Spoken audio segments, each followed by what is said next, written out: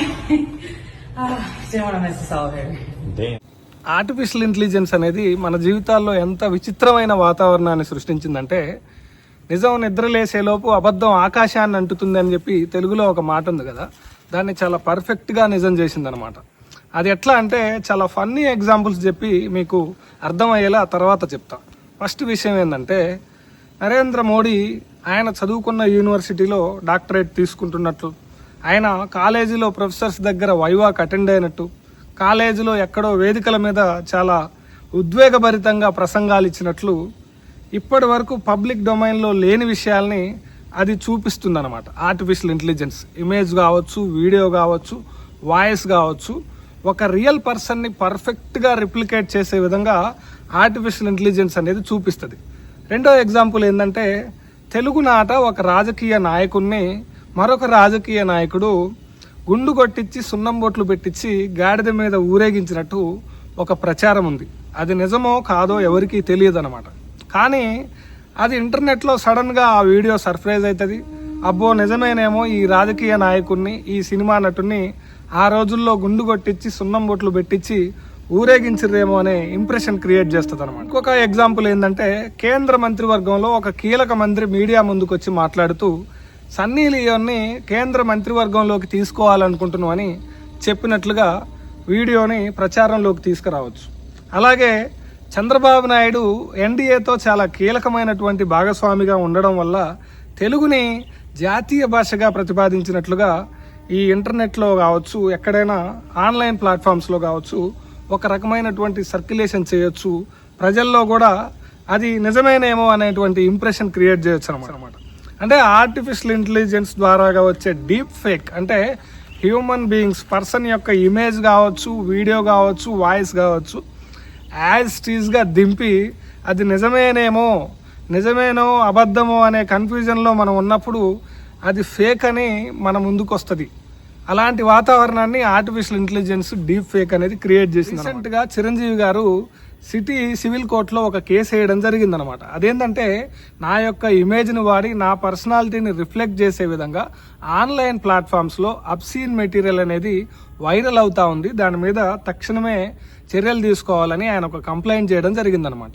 అయితే భారత న్యాయ సంహితలోని డిఫమేషను, ప్రైవసీ వయలేషను, చీటింగు, ఇంపర్సనికేషను ఇలాంటి సెక్షన్స్ కింద, తర్వాత ఐటీ యాక్ట్లోని section 66E, section 67, section 67A కింద కేసులు నమోదు చేయడం జరిగిందనమాట. ఈ డీప్ ఫేక్ వీడియోల వల్ల ఇబ్బంది పడ్డది చిరంజీవి గారు ఒక్కరేనా అంటే కాదు, రష్మిక మండన్న గారు కూడా గతంలో ఇలాంటి ఇష్యూని ఫేస్ చేయడం జరిగిందనమాట.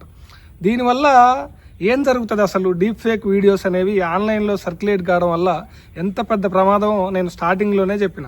ఇందాకనే మనం మాట్లాడుకున్నాం అనమాట.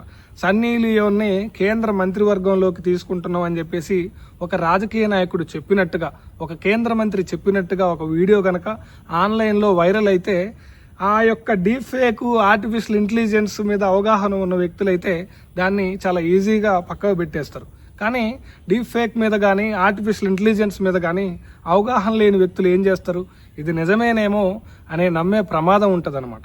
ఇంకొకటి ఏంటి, తెలుగుని జాతీయ భాషగా చేయాలని చెప్పి ఒక రాజకీయ నాయకుడు చెప్పిండని మనం చెప్పుకున్నాం కదా, అది ఎలాంటి పొలిటికల్ ఎన్విరాన్మెంట్ క్రియేట్ చేస్తుంది. ఒక 2 రాష్ట్రాల మధ్య కావచ్చు, దేశంలో ఆయా రాష్ట్రాల మధ్య కావచ్చు, ప్రాంతాల మధ్య కావచ్చు, ఘర్షణ వాతావరణాన్ని సృష్టించవచ్చు అన్నమాట. నిజాన్ని అబద్ధంగా, అబద్ధాన్ని నిజంగా క్రియేట్ చేసేటువంటి ఒక భయంకరమైన వాతావరణంలో మనం ఉన్నాం అన్నమాట.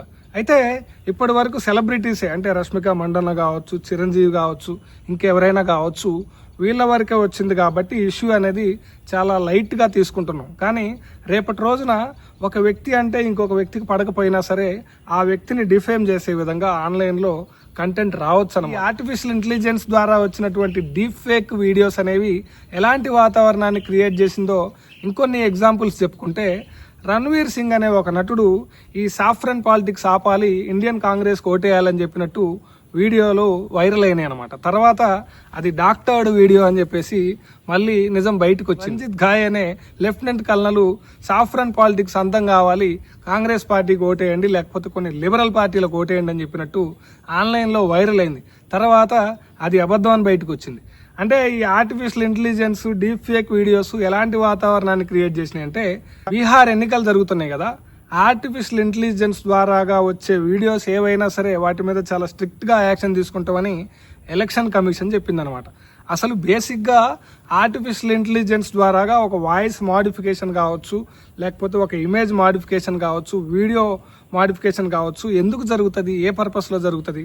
ఫర్ ఎగ్జాంపుల్ సినిమా ఇండస్ట్రీలో ఒక డూపు పెట్టడంలో కావచ్చు, లేకపోతే ఒక వ్యక్తి ముసలితనం నుంచి యవ్వనంలోకి వెళ్ళడానికి ఒక ఆర్టిఫిషియల్ వీడియో తయారు చేయడానికి కావచ్చు, అకాడమిక్ స్పేస్ లో రవీంద్రనాథ్ ఠాగూర్, మహాత్మా గాంధీ, బిఆర్ అంబేద్కర్, జ్యోతిరావు పూలే, పెరియార్ లాంటి గొప్ప గొప్ప వ్యక్తుల గురించి చెప్పడానికి, వాళ్ళు ఏం మాట్లాడారు, వాళ్ళ సిద్ధాంతాలు ఏంది అని చెప్పడానికి వాళ్ళ వాయిస్ మాడ్యులేషన్ చేసి విద్యార్థులకు ఒక రియలిస్టిక్ ఎక్స్పీరియన్స్ ఇవ్వడానికి ఉపయోగపడుతుంది అనేది ఎక్కువ అవుతుంది అనమాట.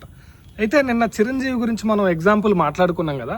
చిరంజీవి పోయి కేసు ఫైల్ చేసినప్పుడు ఒక విచిత్రమైన పరిస్థితి ఏంటంటే, భారత న్యాయ సంహిత కింద డిఫమేషను, ప్రైవసీ వయలేషను, చీటింగు, ఇన్పర్సనికేషను అనే దాంట్లో నమోదు చేయడం జరిగింది. ఐటీ యాక్ట్ లో సైబర్ క్రైమ్ ఇలాంటి నేరాల కింద కేసులు నమోదు చేయడం జరిగిందనమాట. పెద్ద విమర్శ ఏంటంటే, ఇలాంటి సంఘటనలు జరిగినప్పుడు అది ఐటీ యాక్ట్ కింద నమోదు చేయాలనా, లేకపోతే భారత న్యాయ సంహిత కింద నమోదు చేయాలా అన్నది చాలా పెద్ద కన్ఫ్యూజన్ అనమాట. అందుకే ఈ కేసులు అనేవి చాలా తొందరగా సాల్వ్ విషయం అనేది, ఈ డీప్ ఫేక్ వీడియోస్ అన్ని ఆన్లైన్ లో వచ్చినాయి కాబట్టి ఐటీ యాక్ట్ కింద పెట్టిర్రు. తర్వాత తన పరువు నష్టం, డిఫమేషను, ప్రైవసీ వయలేషను, తర్వాత ఆర్టికల్ 21 కింద ఈ యొక్క డిగ్నిటీ ఆఫ్ లైఫ్ అనేది నష్టపోయినని చెప్పి చెప్పడం వల్ల భారత న్యాయ సంహిత కింద కేసు నమోదు చేయడం జరిగిందనమాట. అంటే ఇక్కడ రెండు, ఐటీ యాక్ట్ 2000 సంవత్సరం, తర్వాత Bharat Nyaya Sanhita decent representation of women act కింద కూడా కేసులు నమోదు చేయడం జరిగిందనమాట. అంటే 3 చట్టాలు ఇక్కడ నమోదు చేయడం జరిగిందనమాట.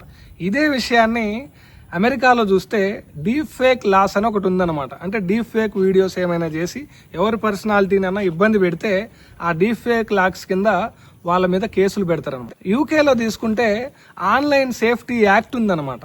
ఆన్లైన్ లో ఏదైనా ఫ్రాడ్ జరిగితే దాని కింద కేసు పెడతారనమాట. యూరోపియన్ యూనియన్ లో తీసుకుంటే ఆర్టిఫిషియల్ ఇంటెలిజెన్స్ యాక్టే ఉందన్నమాట. అంటే ఆర్టిఫిషియల్ ఇంటెలిజెన్స్ ద్వారాగా ఏమైనా ఫ్రాడ్ జరిగితే ఆ యాక్ట్ కింద కేసులు పెడతారనమాట. ఇండియాలోనే క్లారిటీ లేదు. ఇక్కడ మనం 3 లాస్ మాట్లాడుకున్నాం. ఒకటేంటి, ఐటీ యాక్ట్ 2000, భారత న్యాయ సంహిత, ఇండీసెంట్ రిప్రజెంటేషన్ ఆఫ్ ఉమెన్ అనే దాని కింద 3 చట్టాల కింద కేసులు పెట్టడం జరిగిందనమాట. అంటే విషయం ఏంటనేది పోలీసులకు క్లారిటీ లేదు, వ్యవస్థ క్లారిటీ లేదు అన్నది ఇక్కడ మనం స్పష్టంగా అర్థం చేసుకోవచ్చు అనమాట. యూరోపియన్ యూనియన్ లాగా, అమెరికా లాగా, యునైటెడ్ కింగ్డమ్ లాగా మన దగ్గర ఇలాంటి చట్టాలు రావాలన్నా ఆన్లైన్ ఫ్రాడ్ కి స్పెషల్ గా అనేది మీరు కూడా ఏకీభవిస్తే please kindly comment. Thank you so much. Please share our content.